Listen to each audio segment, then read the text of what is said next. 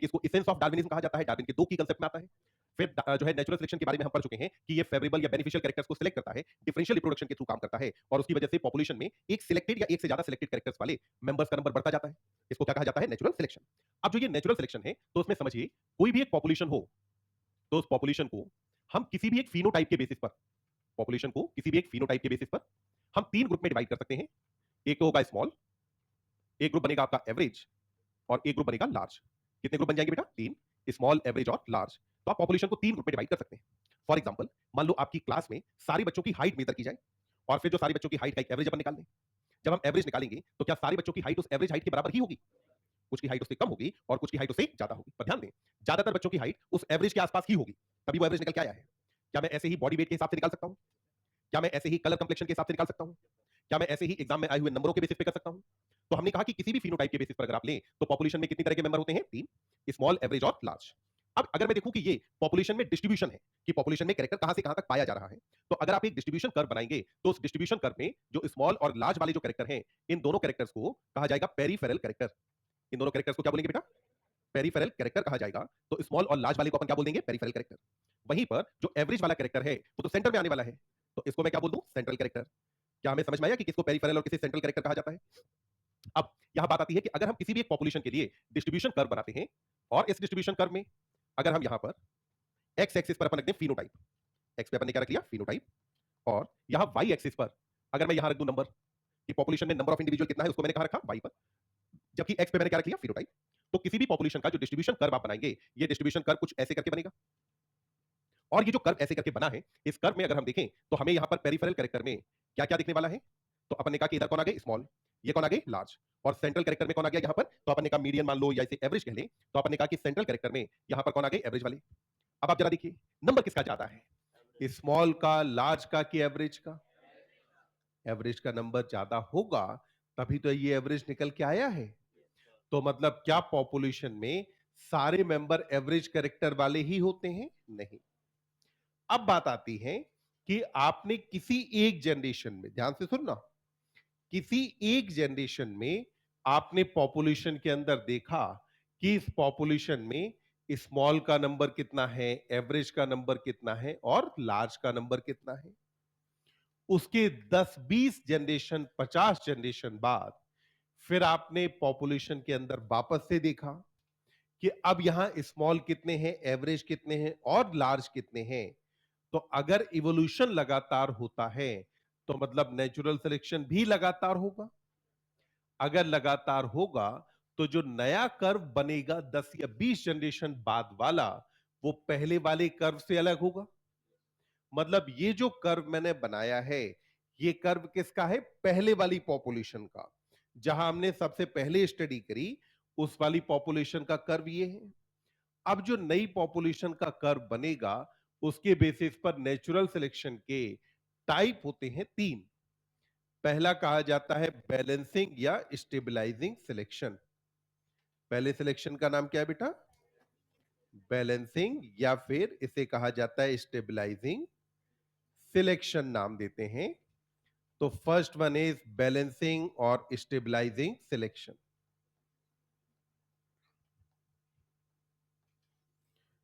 तो अभी अपन आ जाते हैं बैलेंसिंग या स्टेबलाइजिंग सिलेक्शन पर। बैलेंसिंग या स्टेबलाइजिंग सिलेक्शन में अगर अपन बात करें तो यहां पे क्या होगा कि central character is favoured. Favour किसे किया जाता है?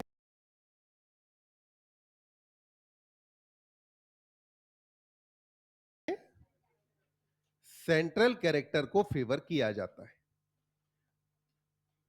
या हम इसको ऐसे समझें कि अगर किसी पॉपुलेशन में नेचुरल सिलेक्शन अगर सेंट्रल कैरेक्टर को फेवर कर रहा है तो उस सिलेक्शन को हम क्या कहेंगे? बैलेंसिंग या स्टेबलाइजिंग कहेंगे।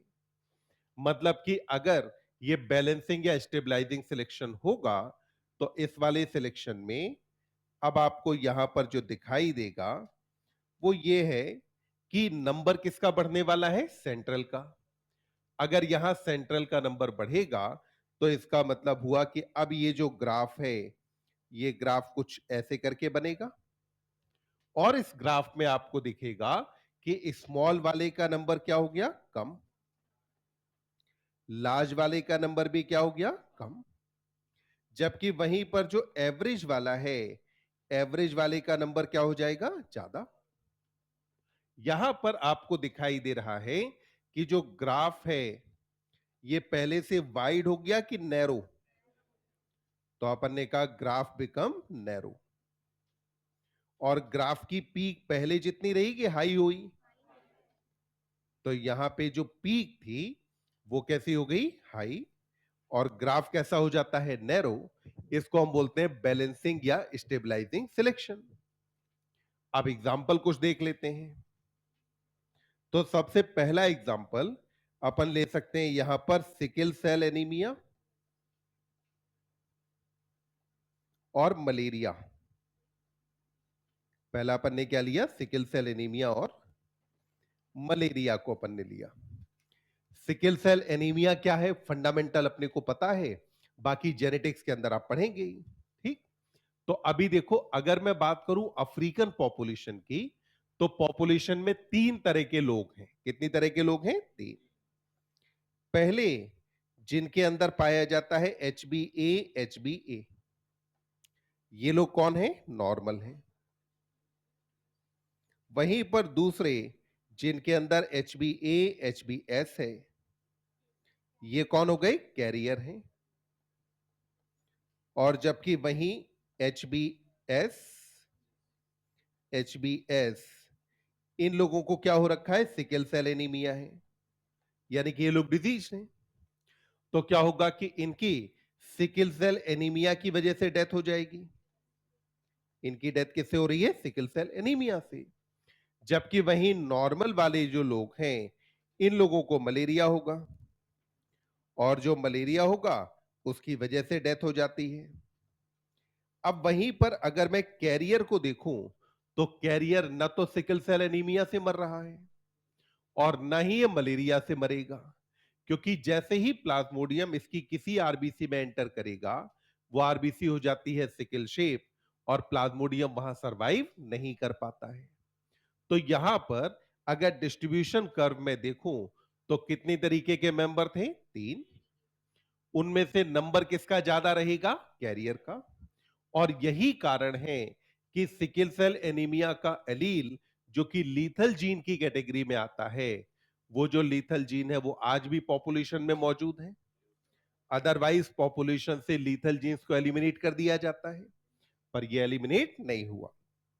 तो पहला अपन ने एग्जाम्पल क्या ले लिया, सिकल सेल एनीमिया का। और एग्जाम्पल देख लेते हैं। अगले एग्जाम्पल में average body weight of newborn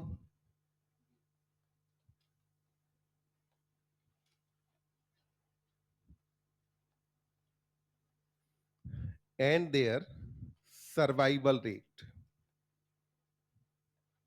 तो न्यूबॉर्न का एवरेज बॉडी वेट और इनकी जो सर्वाइवल रेट है, इनके बीच में अगर अपन ग्राफ प्लॉट करें, तो भी अपने को कैसा मिलेगा, बैलेंसिंग।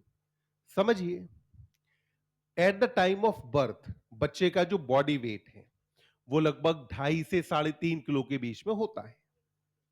अब अगर किसी बच्चे का बर्थ के टाइम पे बॉडी वेट मान लो 1 किलो है, तो बच्चा वेल न्यूट्रिशनड है कि अंडर न्यूट्रिशनड है, तो उसके सरवाइव करने के चांसेस ज्यादा हैं कि कम। वहीं पर अगर किसी बच्चे का बर्थ के टाइम पे जो बॉडी वेट है वो मान लो 5 किलो के आसपास है, तो आपको लगता है कि लाइव बर्थ होने के चांसेस ज्यादा हैं कि कम, लाइव बर्थ होने के चांसेस बहुत कम रह जाएंगे। तो इसका मतलब है कि अगर मैं एवरेज बॉडी वेट और सर्वाइवल रेट इनके बीच में अगर मैं एक ग्राफ प्लॉट करूं, तो भी तो मुझे कैसा ग्राफ दिखाई देता है, यहां पर बैलेंसिंग ग्राफ। ऐसे ही आप देखें, अगर आप किसी पर्टिकुलर साइज की बर्ड को लें और उस बर्ड के अंदर विंग स्पैन की बात करें, विंग स्पैन मतलब विंग्स कितने बड़े हैं, विंग कितने बड़े हैं, उस मामले में अगर आप सिलेक्शन देखें, तब भी तो बैलेंसिंग सिलेक्शन ही काम करता है। फॉर एग्जाम्पल, मान लो अगर जो है एक कबूतर है, पिजन, अगर उस पिजन के विंग निकाल के स्पैरो के विंग्स उसको ट्रांसप्लांट कर दिए जाए, तो आपको क्या लगता है पिजन उड़ पाएगा? वैसे ही नहीं उड़ता, अब तो बिल्कुल नहीं उड़ पाएगा, क्योंकि उसको लिफ्ट मिलेगी ही नहीं। वहीं पर अगर एक पिजन के विंग्स निकाल करके उसको मान लो ईगल जितने बड़े विंग्स दे दिए जाएं, तो उस केस में अब वो फ्लाइट कर पाएगा नहीं, क्योंकि उन विंग्स का मूवमेंट कराना उसके लिए बहुत मुश्किल होगा। मतलब एक पर्टिकुलर बॉडी वेट की बर्ड में जब आप बात करते हैं, तो वहां पर विंग स्पैन के मामले में सिलेक्शन कौन सा काम करता है? बैलेंसिंग। तो बैलेंसिंग में फेवर हमेशा किसे किया जाता है? एवरेज बॉडी वेट वाले को फेवर किया जाता है। क्या इतनी बात अपने को समझ में आई? एक बार यहां तक लिख के कंप्लीट करो, फिर बात करते हैं डायरेक्शनल के बारे में और डिसरप्टिव।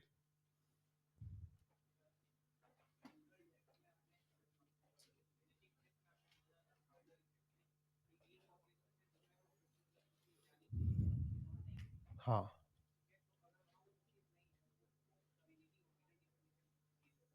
नहीं समझा मैं।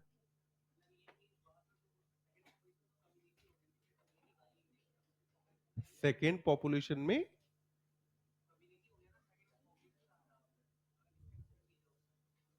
नहीं समझा मैं, कम्युनिटी हो गया तो वहां पे जाकर के मेंबर्स ब्रीड भी तो करेंगे। जो मेंबर माइग्रेट करके गए हैं वो ब्रीड करेंगे। आज नहीं, आज से 10 साल बाद उनसे एक पूरी पॉपुलेशन क्रिएट हो जाएगी, और जो पॉपुलेशन क्रिएट होगी उस पॉपुलेशन के अंदर एलील्स वही रहेंगे ना जो कि माइग्रेटेड या जो फाउंडर्स के अंदर एलील थे।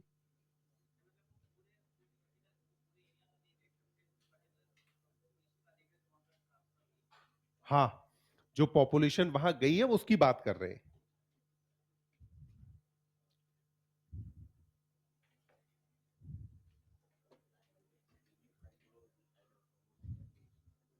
उसका मतलब है कि उसके क्रोमोसोम स्टेबल नहीं है, टूटते रहते हैं।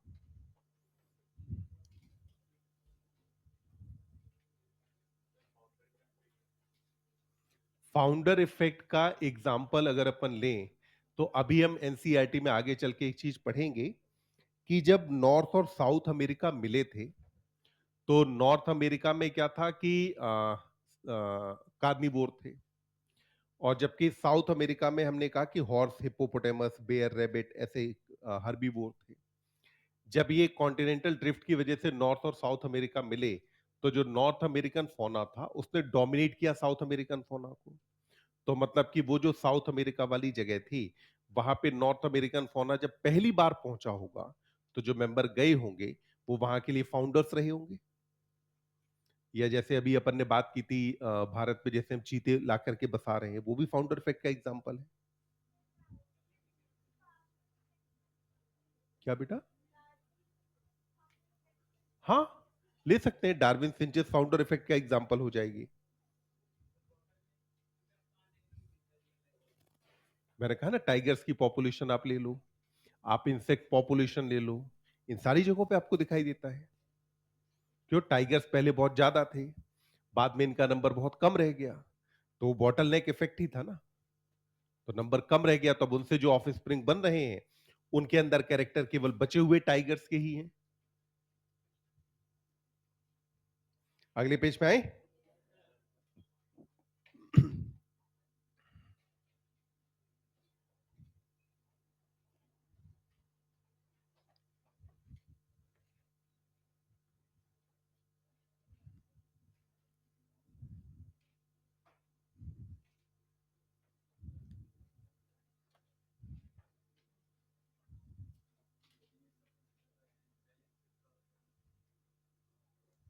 बैलेंसिंग में एवरेज वैल्यू को फेवर करना था, ठीक। तो यहां पे जो एवरेज वाला है, ये एवरेज वाले मेंबर तो सरवाइव कर रहे हैं ना। अगर ये सरवाइव कर रहे हैं, तो मतलब धीमे धीमे पॉपुलेशन में इनका नंबर बढ़ता चला जाएगा, और नंबर अगर बढ़ेगा तो नंबर किसका बढ़ रहा है? सेंट्रल कैरेक्टर का है ना।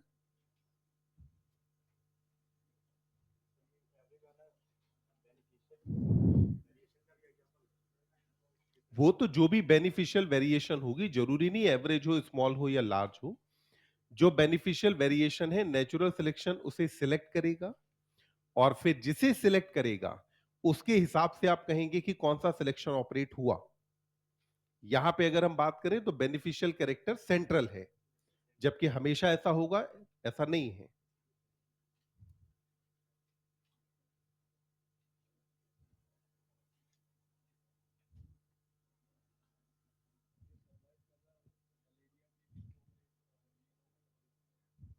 नहीं, जो सरवाइव कर रहा है उसमें सिकल सेल एनीमिया का एलील मौजूद है, पर एक नॉर्मल हीमोग्लोबिन का एलील मौजूद है। ये ना तो सिकल सेल एनीमिया से मरता है और ना ये मलेरिया से मरता है।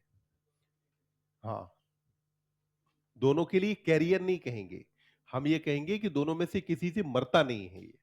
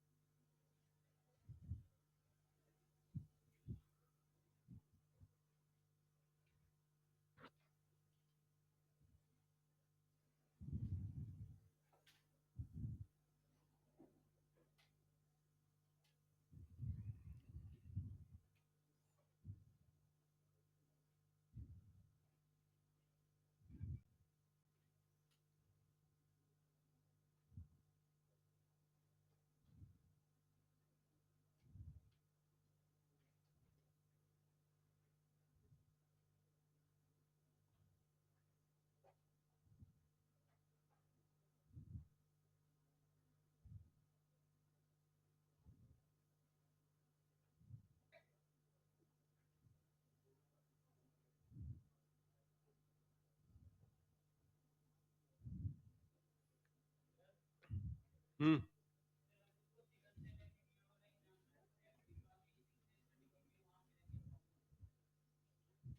सिकल सेल एनीमिया भी वही कॉमन है, अफ्रीकन पॉपुलेशन के अंदर ही सिकल सेल एनीमिया कॉमन है। बाकी जगहों पे सिकल सेल एनीमिया कॉमन नहीं है, क्योंकि बाकी जगह पे इसका कोई सिलेक्शन एडवांटेज नहीं है, तो पॉपुलेशन से ये एलील एलिमिनेट हो गया। आगे बढ़े तो देखिए, अगला सिलेक्शन आता है जिसको अपन बोलते हैं डायरेक्शनल। तो अगले टाइप के सिलेक्शन को क्या कहा जाता है? Directional selection.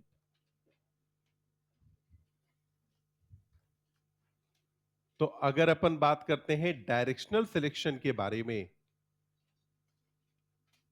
तो यहां हमने कहा कि if one of the peripheral character is favoured, अगर पेरिफेरल कैरेक्टर कितने थे आपके पास? दो। कौन कौन? स्मॉल और लार्ज। अगर दोनों पेरिफेरल कैरेक्टर में से किसी एक कैरेक्टर को अगर फेवर किया जा रहा है, तो ऐसे सिलेक्शन को क्या कहेंगे? तो इसे कहा जाता है डायरेक्शनल सिलेक्शन। मतलब सेंट्रल को फेवर किया तो कौन है? बैलेंसिंग। अगर दोनों पेरिफेरल में से किसी एक, दोनों को नहीं, किसी एक को अगर फेवर किया जाए, चाहे स्मॉल को फेवर करें चाहे लार्ज को फेवर करें, तो इसे क्या कहा जाएगा? Directional selection. अब जिस कैरेक्टर को फेवर किया जाएगा, ग्राफ उसके हिसाब से एक डायरेक्शन की तरफ शिफ्ट होने वाला है। ग्राफ उसके हिसाब से क्या होगा? एक डायरेक्शन की तरफ शिफ्ट हो जाएगा। तो अपन ने कहा कि यहां पर जो ग्राफ बनेगा, ये ग्राफ में मान लो अगर फेवर किया जाता है आपका लार्ज को, तो ये ग्राफ कुछ ऐसे करके बनेगा। क्या हमें इंडस्ट्रियल मेलेनिज्म में याद है कि remember none of the variant was completely wiped out? तो पूरी तरीके से नेचुरल सिलेक्शन किसी को वाइप आउट नहीं करेगा, पर यहां स्मॉल बहुत कम रह जाएगा, एवरेज का नंबर भी कम होगा, और ज्यादा नंबर आपको किसका दिखाई देगा? लार्ज का। यहां फेवर किसे किया गया? लार्ज को। अगर लार्ज को फेवर किया, तो क्या आपको यहां पर दिख रहा है कि जो पीक है it shift to one direction? यहां पर पीक शिफ्ट हुई किसी एक डायरेक्शन की तरफ, तो यहां पर पीक शिफ्ट हो जाती है किसी एक डायरेक्शन की तरफ, तो ऐसे सिलेक्शन को अपन क्या बोलते हैं? डायरेक्शनल सिलेक्शन कहेंगे। अब डायरेक्शनल सिलेक्शन में देखो इसके एग्जाम्पल क्या हैं। तो पहला एग्जाम्पल आप ले सकते हैं इंडस्ट्रियल मेलेनिज्म। पहला एग्जाम्पल क्या ले लिया हमने, इंडस्ट्रियल मेलेनिज्म को ले सकते हैं। तो पहला एग्जाम्पल हो गया इंडस्ट्रियल मेलेनिज्म। कैसे भाई, जो मॉथ थे उसमें ऐसा थोड़े कि केवल अल्ट्रा लाइट और अल्ट्रा डार्क ही रहे होंगे या एकदम प्योर व्हाइट प्योर ब्लैक ही रहे होंगे। बीच में कभी ना कभी कुछ ग्रे कलर के मॉथ बने होंगे या कुछ ना कुछ इंटरमीडिएट वैरायटीज भी बनी होंगी। अब क्या रहा कि इंडस्ट्रियलाइजेशन से पहले कैमोफ्लेज का फायदा किसको मिला, व्हाइट वाले को। मतलब कि नुकसान किसको हुआ, ब्लैक को, और जो ग्रे वाला था उसको नुकसान हुआ। इंडस्ट्रियलाइजेशन के समय फायदा किसको हुआ, ब्लैक को। यानी कि व्हाइट वाला और ग्रे वाला दोनों को नुकसान हुआ। मतलब कि ग्रे वाला तो हर कंडीशन में नुकसान में ही रहा, उसका नंबर बढ़ नहीं पाया। तो मतलब कि पहले किसको फेवर किया जा रहा था, व्हाइट को। तो मतलब ग्राफ ऐसे चल रहा था। इंडस्ट्रियलाइजेशन के टाइम फेवर किसे किया, डार्क को। तो मतलब ग्राफ ऐसे चलने लगा।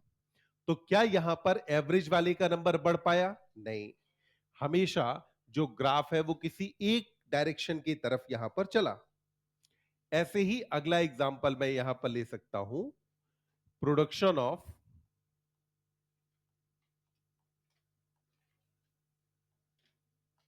हाई मिल्क यील्डिंग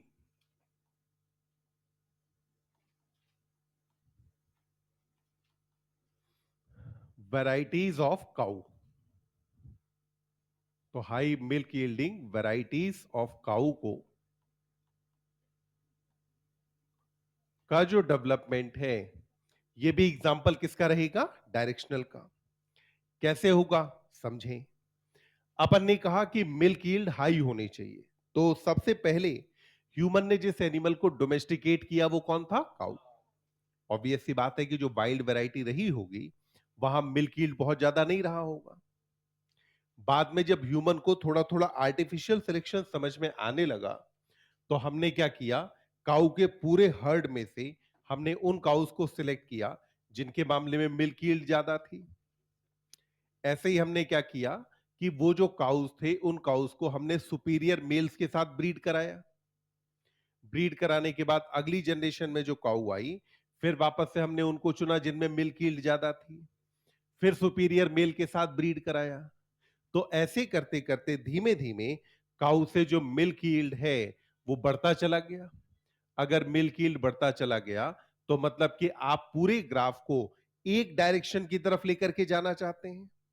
अगर आप एक डायरेक्शन की तरफ लेकर के जाना चाहते हैं तो फिर इस तरीके के सिलेक्शन को अपन क्या कहेंगे, डायरेक्शनल। ऐसे ही आप देखो, जब आप एंटीबायोटिक रेजिस्टेंस की बात कर रहे थे, जब आप बात कर रहे थे हर्बिसाइड पेस्टिसाइड रेजिस्टेंस की, तो वहां सिलेक्शन किसका हो रहा था, रेजिस्टेंट वैरायटीज का। अगर रेजिस्टेंट वैरायटीज का सिलेक्शन हो रहा था तब भी तो आपका ग्राफ एक डायरेक्शन की तरफ ही जा रहा था।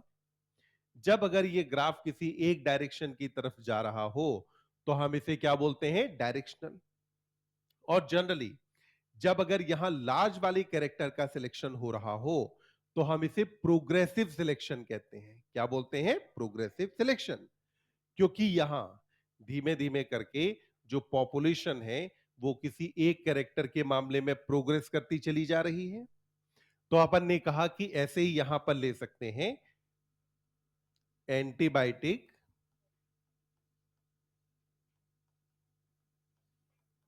रेजिस्टेंट बैक्टीरिया, या हमने कहा हर्बिसाइड रेजिस्टेंस ले लो, पेस्टिसाइड रेजिस्टेंस ले लो। तो ये इसका एग्जाम्पल हो जाता है। अब डायरेक्शनल के बाद तीसरे टाइप का सिलेक्शन जो आता है इसको बोलते हैं डिसरप्टिव या डाइवर्सिफाइंग। तो third is called as disruptive, या हम इसको क्या बोलते हैं बेटा, डाइवर्सिफाइंग सिलेक्शन कहा जाता है। तो अगले का नाम है डिसरप्टिव या डाइवर्सिफाइंग सिलेक्शन। तो डिसरप्टिव या डाइवर्सिफाइंग सिलेक्शन में अगर हम बात करें तो यहां पे क्या होगा, कि बोथ द पेरिफेरल कैरेक्टर्स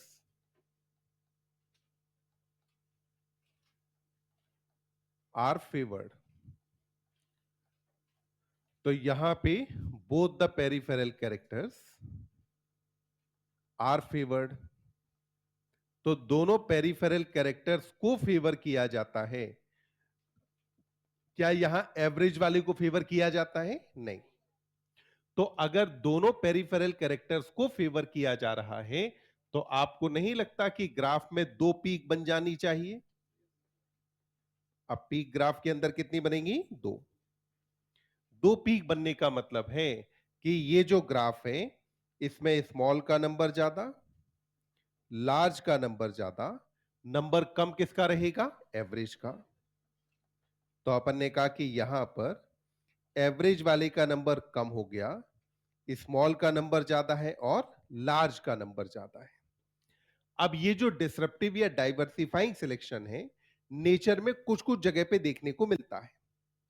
एक एग्जांपल अपन लेते हैं डिसरप्टिव या डाइवर्सिफाइंग सिलेक्शन का। मान लो एक कोई फॉरेस्ट है, उस फॉरेस्ट में रहते हैं रैबिट। फॉरेस्ट में कौन रह रहा है? मतलब कि खरगोश। ठीक। अब इसमें जो रैबिट है वो तीन तरीके के हैं। एक है जिनका कलर है ब्लैक, दूसरे हैं जिनका कलर है ग्रे, और तीसरे हैं जिनका कलर है व्हाइट। मतलब कलर के मामले में अगर आप देखें तो यहां पर रैबिट कितने तरीके के हैं? तीन। तीन हो गए ना। अब ये जो फॉरेस्ट है, इस फॉरेस्ट के अंदर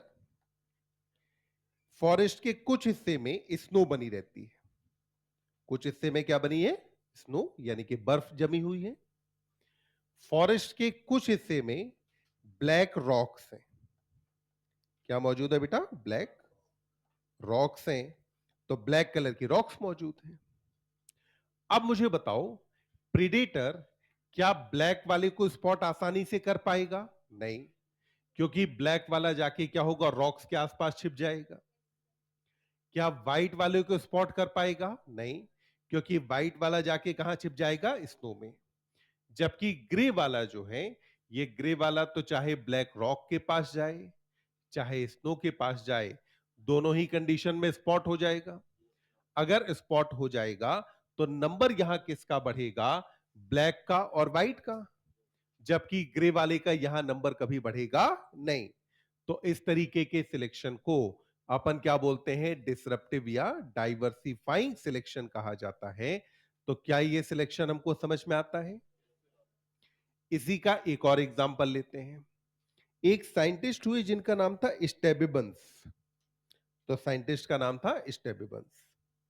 ये कैलिफोर्निया में एक सैक्रामेंटो वैली है, वहां पे जाते थे नेचुरल सिलेक्शन की स्टडी करने के लिए। 12 साल तक इन्होंने स्टडी करी। उस वैली के अंदर क्या था? एक सनफ्लावर की पॉपुलेशन थी। तो वैली में क्या पाए जाते थे? सनफ्लावर। वैली में जमीन तीन तरह की थी। एक, मान लेते हैं जहां पे पानी बहुत ज्यादा था, जो जगह हमेशा पानी से भरी रहती थी। एक, जहां पानी ठीक ठाक था, मतलब पानी से भरी भी नहीं और मिट्टी सूखी भी नहीं। और एक जगह जहां मिट्टी लगभग हमेशा सूखी रहती थी। तो मतलब अवेलेबिलिटी ऑफ वाटर के हिसाब से बात करें तो यहां पर कितने तरीके के मेंबर हो गए? तीन। जिनके पास पानी बहुत ज्यादा अवेलेबल है, एवरेज अवेलेबल है और बहुत कम अवेलेबल है। जब इन्होंने हर साल ये जाते और जाकर के उस सनफ्लावर पॉपुलेशन की फोटो खींच के लाते थे। धीमे धीमे करके इन्होंने जब स्टडी करी तो स्टडी करने पर इन्हें पता चला कि वहां पे क्या हुआ कि जिस जगह पर जिस मिट्टी में एवरेज अमाउंट ऑफ वाटर था, वहां सनफ्लावर पॉपुलेशन कम हुई। जहां पे पानी बहुत कम था या जहां पानी बहुत ज्यादा था, उन दोनों जगह पे सनफ्लावर पॉपुलेशन क्या बनी रही? ज्यादा। तो इसका मतलब हुआ कि ये यहां पर जो सिलेक्शन काम किया वो कौन सा था? डिसरप्टिव या डाइवर्सिफाइंग। जो सिलेक्शन काम कर रहा है वो कौन है? डिसरप्टिव या डाइवर्सिफाइंग सिलेक्शन काम कर रहा है। तो इस तरीके के सिलेक्शन को आपने क्या कहा? डिसरप्टिव या डाइवर्सिफाइंग। पीक कितने बने यहां पे? दो। तो अपन ने कहा कि यहां ग्राफ में two peaks are formed.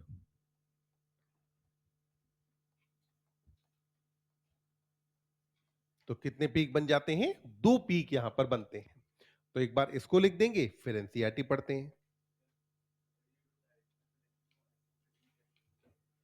हाँ, हो सकता है एंथ्रोपोजेनिक एक्शन हो। मतलब कोई ऐसा जरूरी नहीं कि एंथ्रोपोजेनिक ही होगा। फॉर एग्जांपल जैसे अगर हम ह्यूमन इवोल्यूशन के दौरान अगर हम अपनी हाइट को लेकर के बात करें, तो हाइट के मामले में सिलेक्शन कौन सा चला है? डायरेक्शनल ही चला है ना, कि धीमे धीमे करके हाइट बढ़ती चली गई। या ऐसे ही अगर हम बात करें जॉ के बारे में, तो जॉ पहले प्रोट्रूडिंग था, फ्लैट हो गया। तो जॉ के मामले में था कि स्मॉलर जॉ को फेवर किया गया।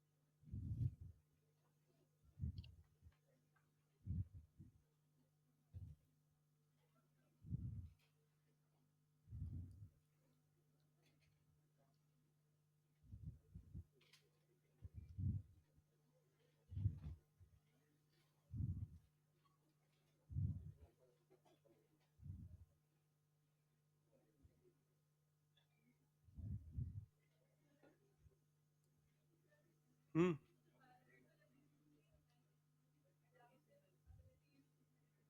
इसका मतलब ये है कि जो अडाप्टिव एबिलिटी है वो बेनिफिशियल कैरेक्टर्स की वजह से है, और जो बेनिफिशियल कैरेक्टर्स हैं वो इनहेरिट होते हैं ना। अगर बेनिफिशियल कैरेक्टर इनहेरिट ना हो, मतलब कि अगर इसका कोई जेनेटिक बेसिस ना हो, तो क्या ऐसे किसी कैरेक्टर की कोई इंपॉर्टेंस रह जाएगी? तो इसीलिए कहा अडाप्टिव एबिलिटी इज इनहेरिटेड। हाँ,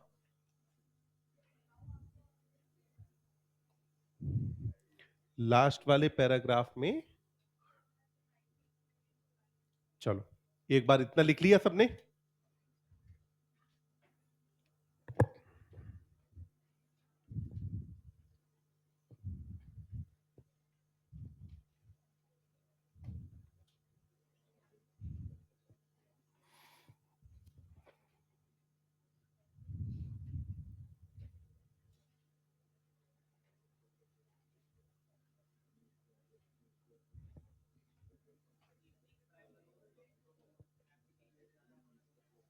मतलब ये उसके क्रोमोसोम बहुत अनस्टेबल हैं, आसानी से टूट फूट जाते हैं। तो उसी को हमने कहा उसमें क्रोमोसोम से रिलेटेड गड़बड़ियां काफी ज्यादा हैं, तभी उसके अंदर म्यूटेशन इतना फ्रीक्वेंट था।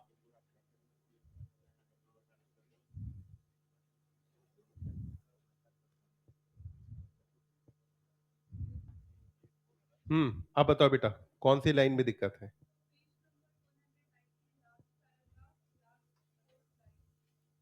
1 2 3 4। तो यहाँ पे कहा कि which make resource utilisation better for you few, adapted to habitat will enable only those to reproduce and leave more progeny। तो नेचुरल सिलेक्शन यही तो करता है।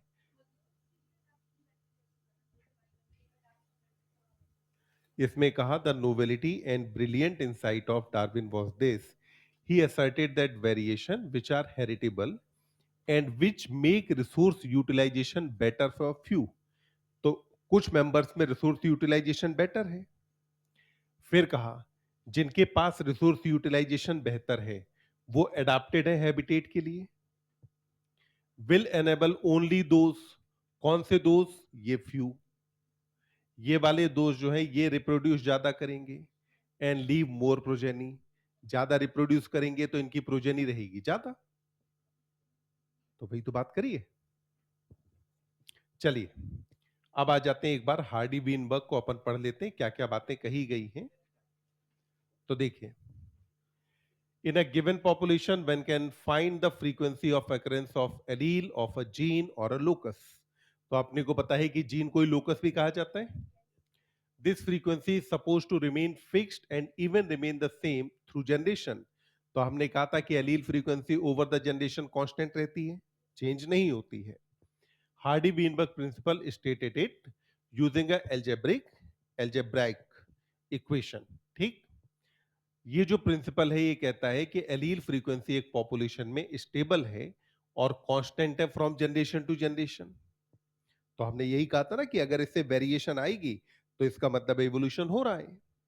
जीन पूल का मतलब क्या हुआ? Total gene and their alleles in a population. ये क्या बना रहता है? कांस्टेंट. हमने कहा कि अगर एलील फ्रीक्वेंसी कांस्टेंट है तो वो तभी हो सकती है जब जीन पूल कांस्टेंट हो.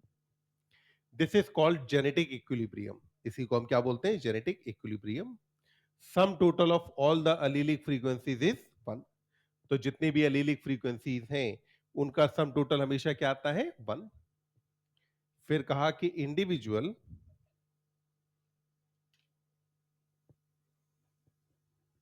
Frequencies for example can be name P, Q etcetera. आप जो भी नाम देना चाहें.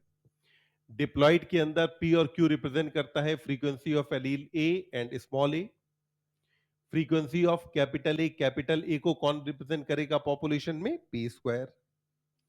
This is simply stated in another way, that is the probability that an allele A with the frequency of P appear on both the chromosome of a diploid individual is simply the product of their probabilities, that is P square. तो कल हमने वही कहा था ना कि capital A आया, capital A की फ्रीक्वेंसी P है, दूसरे कैपिटल ए की फ्रीक्वेंसी P, तो P इंटू P क्या हो गया? P square. वही बात एनसीईआरटी ने कही है. सिमिलरली स्मॉल ए की क्या हो जाएगी? Q square. फिर कहा कि कैपिटल ए स्मॉल ए की क्या होगी? 2pq. तो 2pq क्यों आती है वो मैंने आपको समझा दिया था. इसलिए अपन ने कहा कि p square plus 2pq plus q square equal to 1. ये बाइनोमियल एक्सप्रेशन किसका है? p plus q whole square का. फिर कहा कि when frequency measured differs from expected values, तो मतलब हार्डी वीनबर्ग इक्विलिब्रियम के हिसाब से जो एलील फ्रीक्वेंसी है वो क्या बनी रहनी चाहिए थी? कांस्टेंट. पर आपने किसी एक जनरेशन में मेजर करी और वो उस कांस्टेंट से डिफर कर गई. तो अगर ये डिफर कर रही है तो जो डिफरेंस है यानी कि डायरेक्शन है वो इंडिकेट करता है एक्सटेंट ऑफ इवोल्यूशनरी चेंज. मतलब समझिए, हमने कल कहा था कि P और Q की वैल्यूज में जितना ज्यादा अंतर होगा उतना ज्यादा इवोल्यूशन हुआ है. अब आप देख सकते हैं कि P बढ़ रहा है या Q, कोई ना कोई तो बढ़े घटेगा. जो बढ़ रहा है वो आपको इवोल्यूशन की डायरेक्शन बता सकता है कि इस पॉपुलेशन में डोमिनेंट एलील बढ़ता जा रहा है या रिसेसिव एलील बढ़ रहा है. फिर अपन ने कहा कि डिस्टरबेंस इन जेनेटिक इक्विलिब्रियम और Hardy Weinberg equilibrium, that is change of frequency of allele in a population, would then be interpreted as resulting in evolution. तो मतलब कि हार्डी बीनबर्ग इक्विलिब्रियम में अगर चेंज आया तो उसका मतलब क्या है? इवोल्यूशन. 5 फैक्टर जाने जाते हैं हार्डी बीनबर्ग इक्विलिब्रियम को अफेक्ट करने वाले. कौन कौन से हैं? जीन माइग्रेशन का ही नाम क्या है? Gene flow. Genetic drift, mutation, genetic recombination और natural selection. When migration of a section of population to another place and population, ध्यान रखना, पॉपुलेशन का एक सेक्शन एक दूसरी प्लेस और दूसरी पॉपुलेशन में माइग्रेट कर रहा है तो जीन फ्रीक्वेंसी ओरिजिनल और नई पॉपुलेशन दोनों में चेंज होंगी. कल हमने कहा था ना, जीन माइग्रेशन में ओरिजिनल और नई पॉपुलेशन दोनों के अंदर एलील फ्रीक्वेंसी चेंज होती है. फिर कहा कि जो नए जीन या एलील हैं are added to the new population and these are lost from the old population. मान लो जो मेंबर माइग्रेट करके जा रहे थे उनके पास कुछ ऐसे एलील थे जो बाकी मेंबर्स के पास नहीं थे. ऑब्वियस सी बात है कि जो अगर माइग्रेट करके जा रहा है उसके पास कुछ तो अलग होगा, उसके पास कुछ ना कुछ तो अलग होना चाहिए. अगर वो बाकी पॉपुलेशन जैसा ही होता तो वो माइग्रेट करके जाता क्यों? अगर माइग्रेट करके जा रहा है तो कुछ तो अलग है. जब तक उसने माइग्रेट नहीं किया था तब तक उसके एलील पहले वाली पॉपुलेशन का हिस्सा थे। अब माइग्रेट करने के बाद उसके जो एलील हैं वो नई पॉपुलेशन का हिस्सा होंगे। मतलब पहले वाली पॉपुलेशन में से कुछ एलील क्या हो गई, गायब। फिर कहा कि हाँ, there would be a gene flow if this gene migration happens multiple time. अगर जीन माइग्रेशन कई बार हो तो क्या बोलते हैं, जीन फ्लो कहते हैं। There would be a gene, हाँ, if the same change occurs by chance, अगर ये बाई चांस होता है तो हम क्या बोलते हैं, genetic drift. Sometime change in allele frequency is so different in the new sample of population that they become a different species. कभी कभी हो सकता है कि जो नया सैंपल ऑफ पॉपुलेशन है उसमें इतने ज्यादा चेंज आ जाए कि वो एक नई स्पीसीज ही बन जाए। वो क्या बन जाए, एक नई स्पीसीज बन जाए। The original drifted population become founder and the effect is called founders effect. तो जो ड्रिफ्टेड पॉपुलेशन थी उसी को हमने क्या कहा, फाउंडर। और इस इफेक्ट का नाम क्या है, founder effect. Microbial experiments show that pre-existing advantageous mutation when selected will result in observation of new phenotype। समझो, माइक्रोबियल एक्सपेरिमेंट मतलब बैक्टीरिया वाले एक्सपेरिमेंट बताते हैं प्री एग्जिस्टिंग एडवांटेजियस म्यूटेशन। तो मान लो अपन ने कहा कि जो पहले बैक्टीरिया थे वो सारे के सारे कैसे थे, एंटीबायोटिक सेंसिटिव थे। बाद में म्यूटेशन हुआ, कुछ क्या बन गए, एंटीबायोटिक रेजिस्टेंट बन गए। तो मतलब कि जो म्यूटेशन था वो प्री एग्जिस्टिंग था, एडवांटेजियस था। तो इसमें कहा कि when selected will result in observation of new phenotype. अगर डीडीटी ना आया होता तो आपको कभी इंसेक्टिसाइड रेजिस्टेंट इंसेक्ट के बारे में पता चलता। अगर एंटीबायोटिक ना आए होते तो आपको कभी एंटीबायोटिक रेजिस्टेंट बैक्टीरिया के बारे में पता नहीं चलता। मतलब कि नई कंडीशंस आने पर ही आपको नए फिनोटाइप पॉपुलेशन के अंदर दिखाई देते हैं। Over few generation this would result in speciation. अगर फिनोटाइप बदलते चले गए कुछ जनरेशन तक तो कैरेक्टर्स ऑल टुगेदर चेंज हो जाएंगे। और अगर ये कैरेक्टर्स ऑल टुगेदर चेंज हुए तो इसी को हम क्या कहते हैं, speciation. Natural selection is a process in which heritable variations enabling better survival are enabled to reproduce and leave greater number of progeny। तो नेचुरल सिलेक्शन में यही था ना कि जिनके पास सुपीरियर कैरेक्टर हैं उनको ज्यादा रिप्रोड्यूस करने के मौके मिलेंगे। ज्यादा रिप्रोड्यूस करने के मौके मिलेंगे तो उनका नंबर ऑफ प्रोजेनी भी होगा ज्यादा। A critical analysis make us believe that variation due to mutation or variation due to recombination during gametogenesis, recombination जो recombination है वो कब होता है, गैमेटोजेनेसिस की के समय, जो अपन ने बात की थी ना मियोसिस के टाइम पे होगा। तो वेरिएशन किसकी वजह से आई, म्यूटेशन या फिर रिकॉम्बिनेशन या फिर जीन फ्लो या फिर जेनेटिक ड्रिफ्ट। इन चारों चीजों की वजह से वेरिएशन आ सकती है। तो ये जो variation I it result in changed frequency of genes and alleles in future generation. तो अगर वेरिएशन है तो इसका मतलब है कि इन मेंबर्स के पास जीन और एलील अलग हैं। अगर अलग हैं तो अब इनसे जो पॉपुलेशन बनेगी वो ओरिजिनल पॉपुलेशन से अलग दिखाई देगी। अगर अलग दिखाई देगी तो हम कहेंगे नई स्पीसीज बनी। नई स्पीसीज बनी तो इसी को अपन क्या बोलते हैं, स्पेसिएशन। क्या कहा जाता है, स्पेसिएशन। फिर इसमें कहा coupled to enhanced reproductive success, natural selection make it look like a different population। Natural selection कितने टाइप का हो सकता है, तो स्टेबलाइजिंग, जिसके अंदर more individuals acquire mean character value, तो एवरेज वाली वैल्यू ज्यादा हुई थी।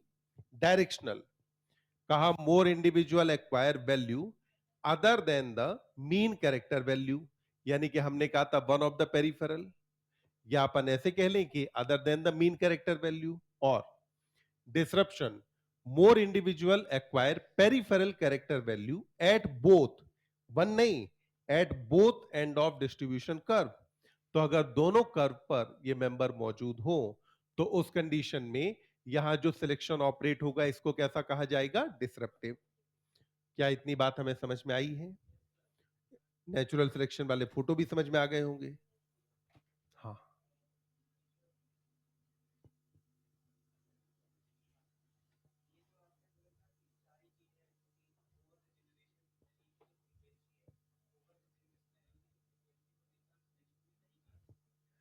मैंने ऐसा थोड़ी कहा चेंज नहीं होती। मैंने ये कहा कि जो चार हैं इनका काम है पॉपुलेशन में नए एलील्स लेकर के आना। अब जो नए एलील्स आए उन एलील्स में से अब किसको फिल्टर करना है, किसको रखना है, नहीं रखना, वो काम किसका है? नेचुरल सिलेक्शन का है। तो पॉपुलेशन में नए एलील, नए जीन लाना इन चार लोगों का काम है और उसे अपने हिसाब से छांट देना काम है नेचुरल सिलेक्शन का। हाँ, तो बदलेगी ना। पर नेचुरल सिलेक्शन से मैंने ये थोड़ी कहा कि नेचुरल सिलेक्शन से नए एलील आ जाएंगे। तो मैं यही तो कह रहा हूं। बाकी नेचुरल सिलेक्शन की वजह से जो एलील फ्रीक्वेंसी है वो जब तक चेंज नहीं होगी, और अगर चेंज ना हो रही होती तो क्या हार्डी बीनबर्ग के एक्सेप्शन में रखा जाता है? इसे रखा है ना। तो मतलब एलील फ्रीक्वेंसी तो चेंज करता है, पर ये नए एलील या जीन लाता नहीं है। लाना काम है उन चार का।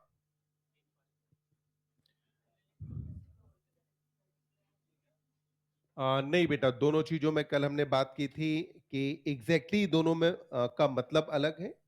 बाकी जब तक अगर थ्योरेटिकली लिखा हो तो हम लगभग सेम मान सकते हैं, पर थ्योरेटिकली लिखे होने तक अगर क्वेश्चन जब भी आएगा तो फिर आपसे पूछा जाएगा वहां पे एलील फ्रीक्वेंसी के बारे में। तो अब आते हैं चैप्टर के अगले रट्टाफिकेशन वाले पार्ट पे, जो है ब्रीफ अकाउंट ऑफ इवोल्यूशन। इस वाले हिस्से का साफ सी कहानी है, मैंने रटा है, तुम भी रटो।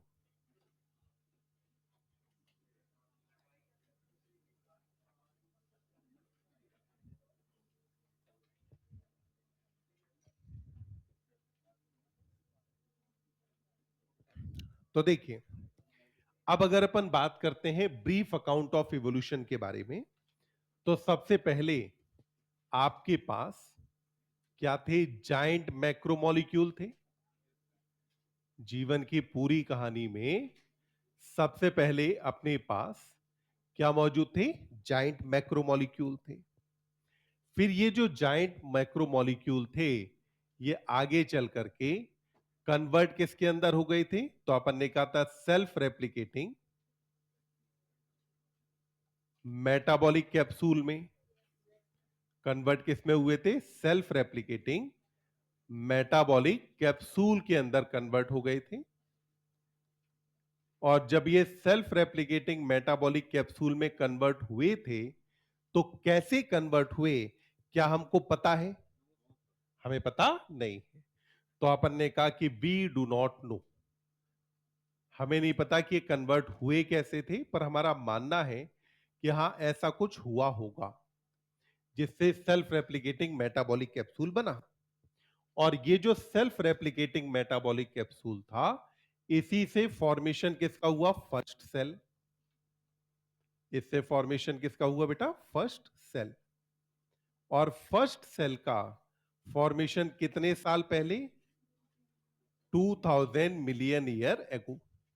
कितने साल पहले हुआ था? 2000 मिलियन ईयर एगो फॉर्मेशन किसका हुआ? फर्स्ट सेल का।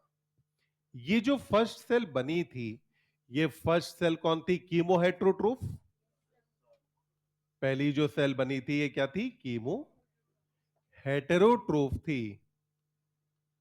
आगे चल करके इससे पहले बनी थी कीमो ऑटोट्रोफ, और बाद में इससे ही फॉर्मेशन हुआ था फोटो ऑटोट्रोफ का।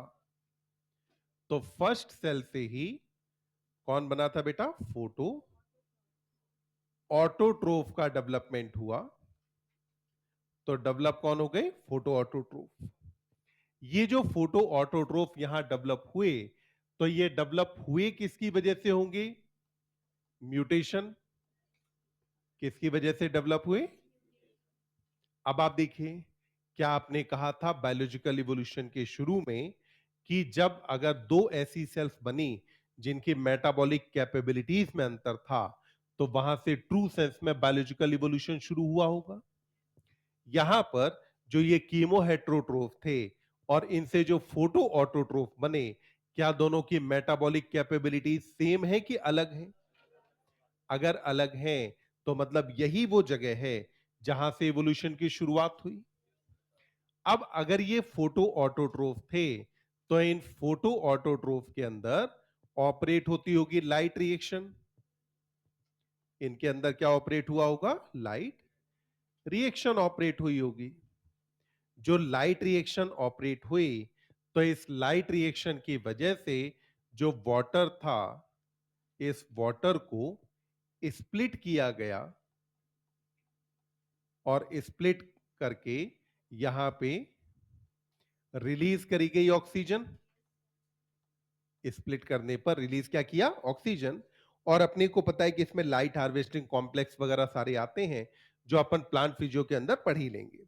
तो अभी हमने कहा कि अब यहां रिलीज क्या होने लगी? ऑक्सीजन। मतलब इससे पहले जब तक फोटो ऑटोट्रोफ नहीं आए थे, उससे पहले हमारे एटमॉस्फेयर में ऑक्सीजन थी? नहीं। ऑक्सीजन सबसे पहले लेकर के कौन आया एटमॉस्फेयर में? फोटो ऑटोट्रोफ लेकर के आए। तो इतनी बात डन।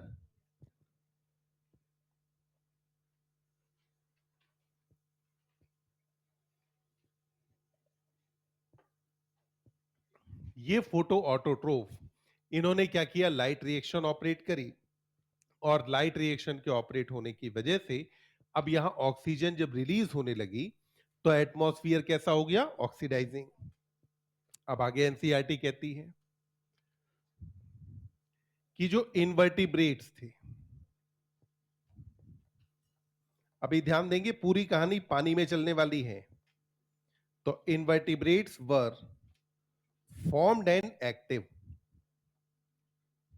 तो इनवर्टिब्रेट बन गए थे और ये फॉर्म्ड एंड एक्टिव, ये टाइम एनसीईआरटी कितना कहती है? 500 मिलियन ईयर एगो। कितने साल पहले? 500 मिलियन साल पहले।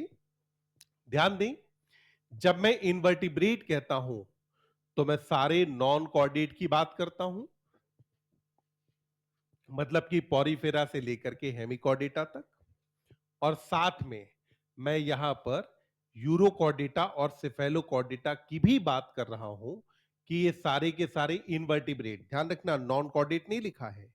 क्या लिखा है? इनवर्टिब्रेट। मतलब सारे नॉन कॉर्डेट और फिर कॉर्डेटा में से यूरो और सिफेलोकॉर्डेटा, ये कब बन गए थे? 500 मिलियन ईयर एगो ये यहां पर बन चुके थे। अब इधर क्या हुआ कि यहां से अब इवोल्यूशन की दो कहानी चलना शुरू, एक तरफ तो प्लांट और एक तरफ एनिमल। अगर हम बात करें एनिमल में, तो जो जॉलेस फिश हैं, किसकी बात चल रही है बेटा? जॉलेस फिशेस के बारे में। जॉलेस फिश का मतलब क्या हुआ? क्या आपको याद है कि वर्टिब्रेटा को डिवाइड किया जाता है एग्नेथा और ग्नेथोस्टोमेटा में? किसमें डिवाइड करते हैं? एग्नेथा और ग्नेथोस्टोमेटा में। तो जॉलेस फिशेस जो हैं, इनका जो इवोल्यूशन हुआ या इनका जो फॉर्मेशन हुआ, ये हुआ था लगभग 350 मिलियन साल पहले। कितने मिलियन साल पहले भाई? 350 मिलियन साल पहले यहां जॉलेस फिशेस का फॉर्मेशन हुआ। जॉलेस बने मतलब कि ये कौन बन गए? First vertebrate. कौन बने यहां पर? First vertebrate. तो जो जॉलेस फिश थे, यहीं पर लगभग लगभग इसी टाइम पर एक और लिनिएज के अंदर एनसीईआरटी कहती है कि fish with strong and stout fin. तो फिश जिसके अंदर स्ट्रॉन्ग एंड स्टाउट फिन, मतलब मजबूत फिन पाए जाते थे, that can move on land. ये मूव कर सकती थी कहां पर? लैंड पर। एंड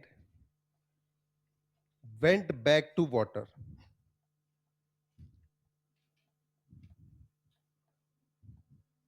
और ये जो फिश थी, इस फिश को कहा जाता है सीलाकैंथ। क्या बोलते हैं बेटा? सीलाकैंथ कहा जाता है। और ये सीलाकैंथ भी 350 मिलियन ईयर एगो पाई जा रही थी। कितने साल पहले पाई जा रही थी? 350 मिलियन साल पहले।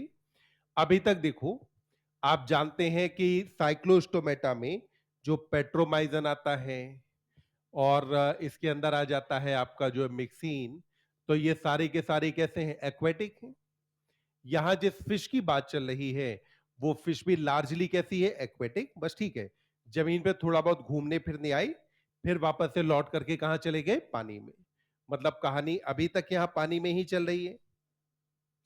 अब ये जो फिश है इसको हमने मान लिया था एक्सटिंक्ट, तो अपन ने कहा थॉट टू बी एक्सटिंक्ट, तो हमने माना कि साहब ये अब नहीं पाई जाती है, तो इसको हमने माना क्या कि ये क्या हो गई? एक्सटिंक्ट। अब दूसरी तरफ देखिए, जब आप बात करते हैं प्लांट्स के बारे में, तो एनसीईआरटी कहती है कि seaweed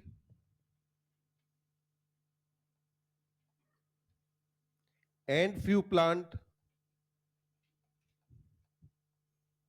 existed 320 million year ago. कितने साल पहले पाई जा रही थी? 320 मिलियन ईयर अगो। तो मतलब एनसीईआरटी ने 350 कितनी चीजों के लिए यूज किया है? दो। पहला तो सीलाकैंथ और दूसरा किसके लिए? Jawless fish. 320 किसके लिए है? Seaweed and few plant. अब ये जो सीवीड और फ्यू प्लांट हैं, इन्हीं में एनसीईआरटी आगे कहती है कि व्हेन एनिमल्स इन्वेडेड लैंड, मतलब एनिमल्स जब लैंड पर आए,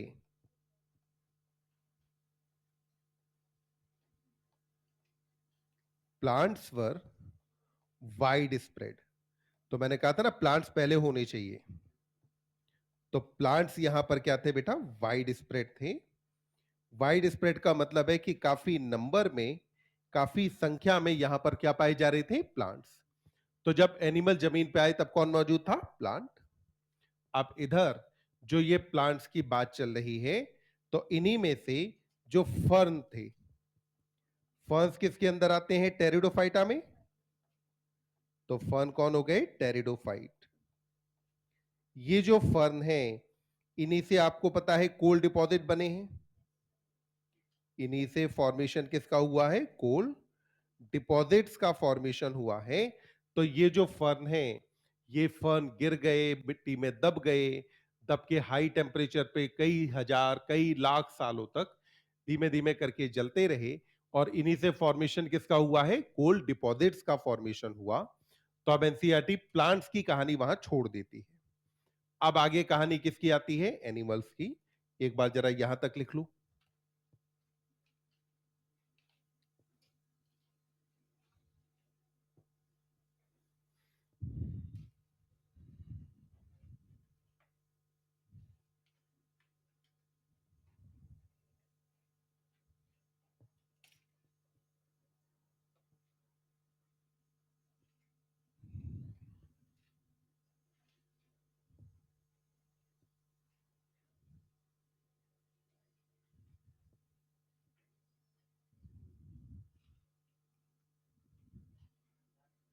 हम्म,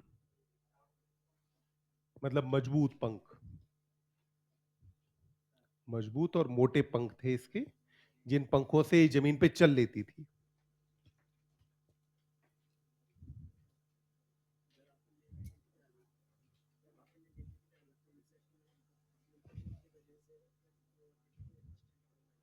उससे पहले हो चुके थे, डीडीटी डालने से पहले हो चुके थे। हाँ,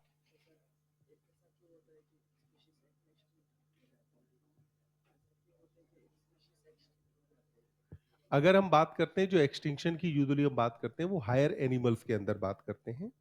और हायर एनिमल्स में क्या होता है? जो क्लाइमेटिक चेंज है वो उन्हें निपटा देता है, या कुछ ना कुछ एंथ्रोपोजेनिक एक्शंस होते हैं वो निपटा देते हैं। जब आप किसी बैक्टीरिया या इंसेक्ट की बात करते हैं तो उसका लाइफ स्पैन कम है, तो उसमें रेट ऑफ इवोल्यूशन ज्यादा है। वहीं पे आप जब बात करते हैं एक्सटिंक्ट एनिमल्स के बारे में, तो आप ज्यादातर होता है मैमल्स, रेप्टाइल वगैरह की बात कर रहे होते हैं।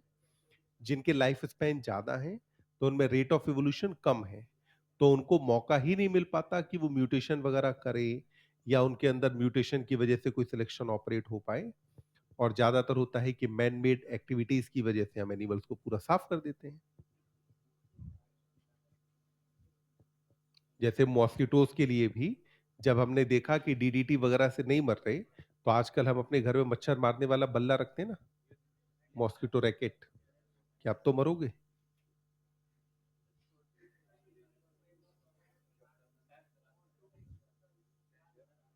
ऐसा माना गया कि एक्सटिंक्ट हो गई है, इसके बारे में माना गया, अभी मिलती है।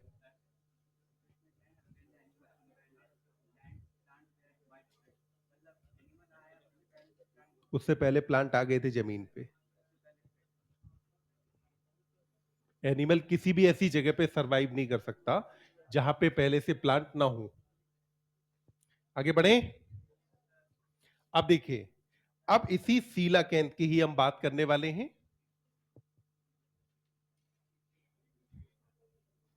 तो ये जो सीलाकेंथ है, इसके बारे में पहले आपने क्या माना था, एक्सटिंक्ट हो गई थी ना। जो एक्सटिंक्ट हो गई थी, तो अब हमें 1938 में, ईयर कौन सा है बेटा, 1938, जगह कहां, साउथ अफ्रीका। कहां मिली, साउथ अफ्रीका में।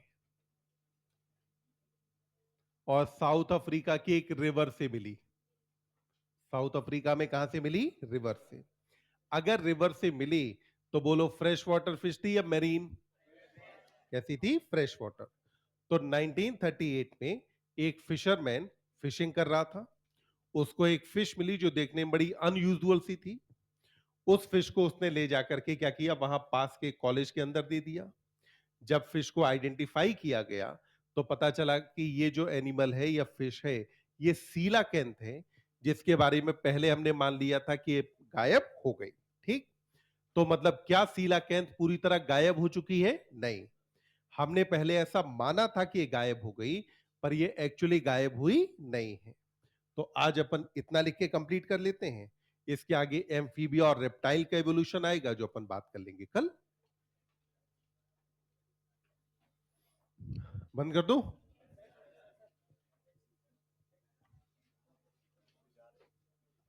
ओके।